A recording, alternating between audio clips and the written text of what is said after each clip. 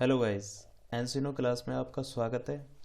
आज हम जो टॉपिक लेके आए हैं वो क्लास 10th का क्वाड्रेटिक इक्वेशन जो कि चैप्टर नंबर आपका 4th है।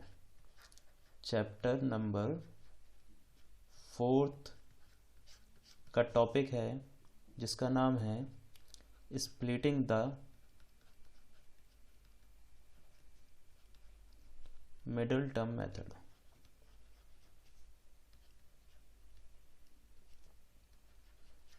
ये मेथड आपको क्वाड्रेटिक इक्वेशन की वैल्यू निकाल के दिखाएगा। यानी कि पिछली क्लास में हमने बताया था कि क्वाड्रेटिक इक्वेशन क्या होती है, जिसकी हाईएस्ट पावर क्या होती है, 2 होती है।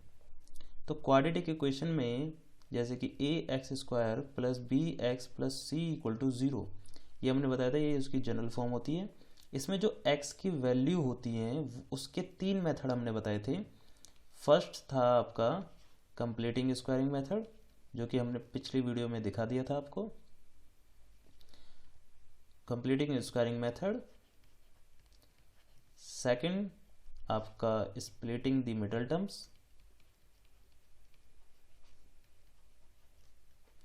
और थर्ड जो आपका होता है उसका नाम है क्वाड्रेटिक इक्वेशन मेथड या क्वाड्रेटिक फॉर्मूला। ठीक है, तो पिछली क्लास में हमने कंप्लीटिंग स्क्वायरिंग मेथड देख लिया था। आज हम जो देखेंगे उसका नाम है splitting the middle terms method. ठीक है जी। तो splitting the middle terms method में करना क्या होता है, देखिए जैसे कि फिर से मैं बता रहा हूँ कि नाम से पता चलता है कि फॉर्मूला क्या कहता है। अब फॉर्मूला कह रहा है splitting the middle term, split करना है। स्प्लिट का मतलब होता है उसको 2 भागों में तोड़ देना, यानी कि 2 भागों में सेपरेट कर देना। ठीक है जी। तो सिंपल बात है कि अगर किसी क्वेश्चन को समझना है तो एक एग्जांपल लेना पड़ेगा, है ना। तो हम एक एग्जांपल लेते हैं जो कि है 6x² प्लस 19x और प्लस 10 इक्वल टू 0। ठीक है जी, ये आपका एग्जांपल है। इसके स्टेप्स क्या हैं, देखिए स्टेप इसके नॉर्मल हैं। सबसे पहला स्टेप क्या है कि आपको a और c को मल्टीप्लाई करके देखना है कि a और c को मल्टीप्लाई करके क्या आता है। a आप जानते हो क्या होता है, x² का कोफिशिएंट। c आप जानते हो कांस्टेंट नंबर। तो सबसे पहला स्टेप है आपको a और c को मल्टीप्लाई कर देना है। ठीक है जी। सेकंड स्टेप है जो a और c को मल्टीप्लाई करके आएगा वो पहले तो सेकंड स्टेप ये देखते हैं कि आपको c का साइन देखना है, साइन ऑफ c का साइन क्या है, प्लस का या माइनस का। देखिए अगर c का साइन प्लस का है तो हमें स्प्लिट करना होगा। अब स्प्लिट करना है, स्प्लिट का मतलब 2 भागों में सेपरेट करना है। किसको करना है 2 भागों में सेपरेट, मिडिल टर्म को। मिडिल टर्म क्या है, x यानी कि 19x। तो मिडिल टर्म को यानी कि सीधी सीधी बात है, कोफिशिएंट ऑफ x को हमें क्या कर देना है, स्प्लिट कर देना है। और स्प्लिट किस हिसाब से करना है, उस हिसाब से करना है कि भाई अगर प्लस आता है साइन, c का साइन अगर प्लस है तो 19 को 2 भागों में बांटना है, बट वो प्लस करके आना चाहिए। ठीक है जी।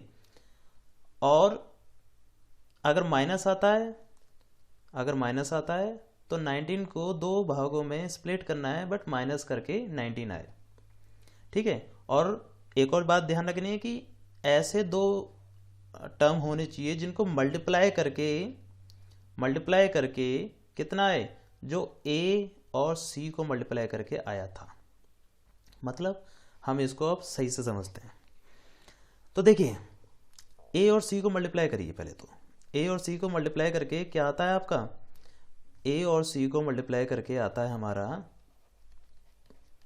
6 को और 10 को अगर हमने मल्टीप्लाई करा तो 60 आता है। ठीक है जी, पहली चीज हमने याद रख ली कि 60 आ गया। सेकंड साइन ऑफ c का साइन क्या है हमारे पास भाई, c का साइन है प्लस। तो हमें क्या करना है कि जो 19 है उसे 2 भागों में सेपरेट करना है, बट प्लस करके 19 होना चाहिए और मल्टीप्लाई करके 60 होना चाहिए। समझ आ रहा है? इसलिए बोला था कि मल्टीप्लाई करके ए और सी के मल्टीपल के बराबर आना चाहिए। तो दो संख्याएं हमें एज्यूम करनी है कि प्लस करके 19 आए और मल्टीप्लाई करके 60 आए। कैसे करेंगे? इसको करने के लिए आपको करना क्या होगा, सिर्फ एक चीज कि आपको इस 60 का क्या कर देना है, एलसीएम ले लेना है। अब एलसीएम तो आप सबको आता होगा कि भाई एलसीएम कैसे लेते हैं। जैसे 60 है, सबसे पहले 2 से डिवाइड करके देखेंगे, इसे 30 बार में जाएगा। फिर 2 से डिवाइड करेंगे 15 टाइम्स, फिर 3 से जाएगा है आपका डिवाइड कितना 5, फिर 5 से जाएगा एक बार।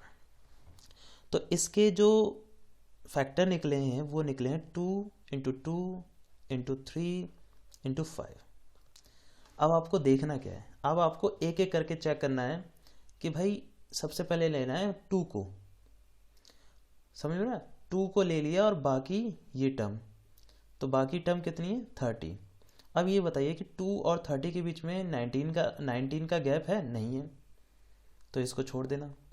फिर आप लेना 2 और 2 यानी कि 4 को। 4 और 15 में 19 का गैप है, हाँ जी गैप नहीं है, मगर जोड़ के 19 आता है, बिल्कुल सी। तो इन दोनों टर्म को उठा लीजिए, यानी कि 4 और 15 इन दोनों को प्लस करके कितना आता है 19, और हमें प्लस करके ही चाहिए था 19, क्योंकि हमने बोला था ना जो सी का साइन होगा उसी के अकॉर्डिंग चलना है। तो हमारे पास पहला टर्म हो गया 4 और दूसरा टर्म हो गया 15, और मल्टीप्लाई करके तो 60 आएगा ही आएगा। तो हमें करना क्या है, अब हमारा सारा काम हो चुका है। क्या करना है कि 6x² प्लस इस 19 की जगह पर, सिर्फ 19 की जगह पर, और बाकी टर्म वैसे के वैसे ही, 19 की जगह पर हमने क्या रखना है 4 + 15। अब ये 4 + 15 कैसे आया, इन तामझाम करने के बाद, सबसे पहले ये फिर ये फिर ये, ठीक है जी।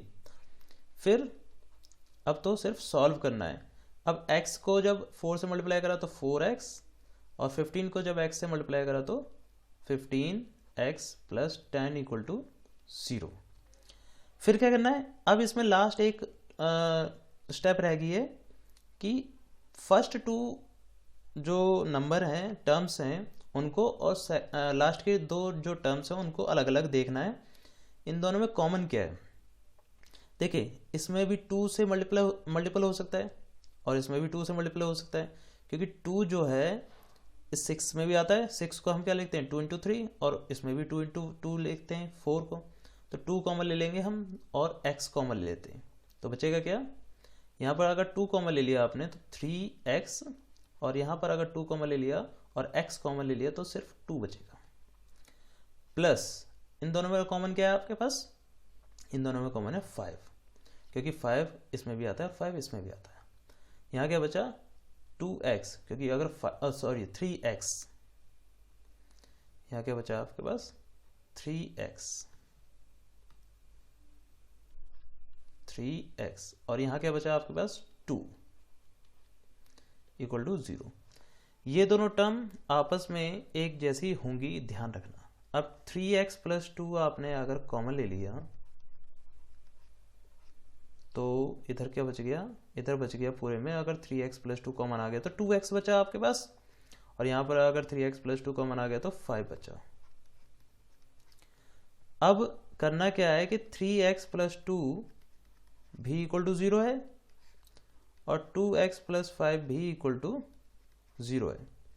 तो यहाँ से हम x की वैल्यू निकालते हैं, ये -2 हो जाएगा और x की वैल्यू आ जाएगी -2/3। फर्स्ट वैल्यू तो ये आ गई।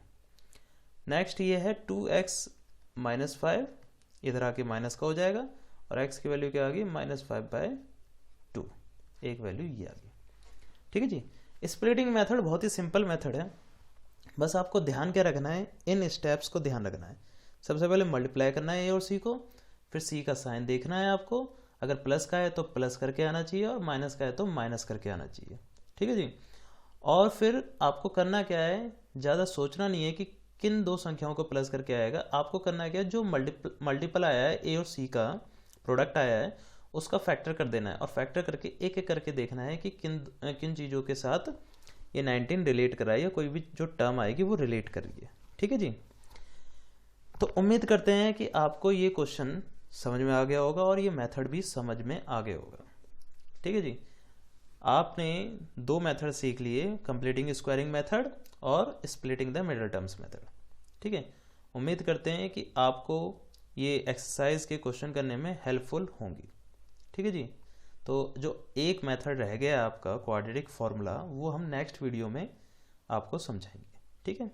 तो नेक्स्ट वीडियो तक बाय बाय।